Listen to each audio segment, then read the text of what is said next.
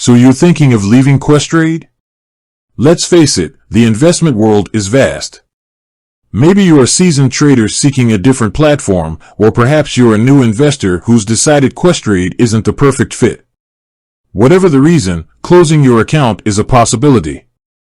But before you hit that button, a crucial question lingers. Does it cost anything to say goodbye to Questrade?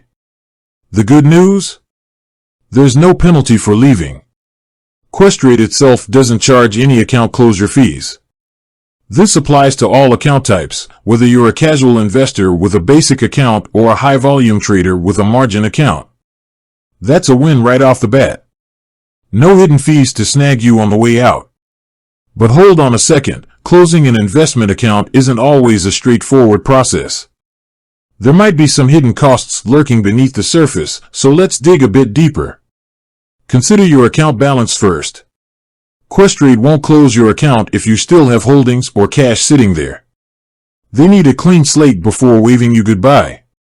So, you'll need to either sell any remaining investments or transfer them to another brokerage.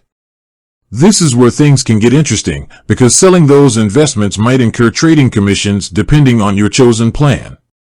Brush up on Questrade's commission structure. They offer different pricing plans, so the fees for selling your stocks, ETFs, or options will vary. Make sure you understand the costs before hitting the sell button. Tax implications are another hurdle to consider. Remember, selling investments can trigger capital gains or losses. Depending on your situation, you might owe taxes on those gains. It's always wise to consult a tax advisor before making any major investment decisions, especially when closing an account. Now, let's talk about registered accounts.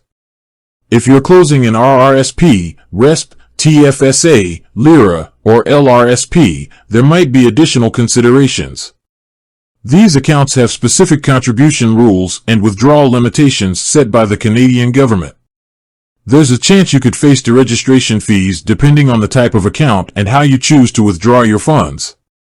For instance, if you simply withdraw cash from your RRSP, you'll likely be hit with a withholding tax.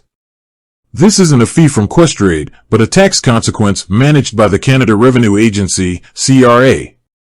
On the other hand, transferring your RRSP holdings to another RRSP provider typically avoids these fees. The key takeaway?